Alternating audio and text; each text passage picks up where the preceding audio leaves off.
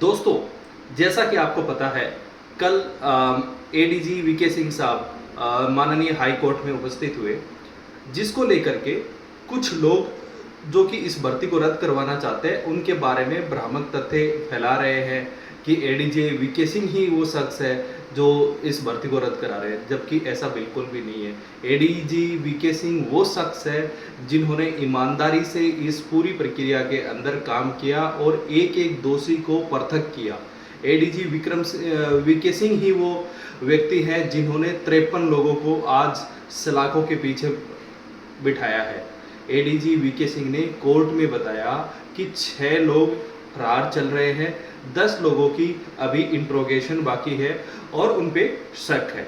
तो ADG VK Singh साहब एक इकलौते ऐसे शख्स हैं जो हर तरीके से इस पूरी की पूरी भर्ती में दोषियों को पृथक करने का प्रयास कर रहे हैं।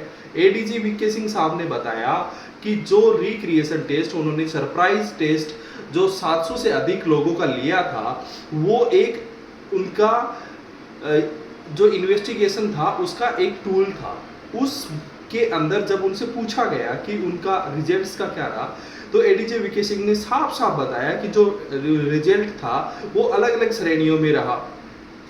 कि कुछ अभ्यर्थी ऐसे थे जिनके 50 नंबर का ही अंतर रहा, जो उनकी पहले की एग्जाम थी और बाद की एग्जाम थी। कुछ अभ्यर्थियों के 100 नंबर तक का भी अंतर रहा। तो इस तरीके से उन्होंने बताया कि शक के आधार पे हमने एक एक बच्चे का एवल्यूएशन किया और उन्होंने ये बताया कि ये कोई दावा नहीं था कि जिनके टॉप रैंक आई हो वो दोषी नहीं पाए गए हों। जो टॉप रैंक वाले लोग हैं वो भी दोषी पाए गए हैं। और यही बात हम लगातार कह रहे हैं कि अगर पेपर लीक जो कि कुछ आंशिक जगह पे हुआ, वो वही लोग हैं जो कि टॉप रैंक में थे।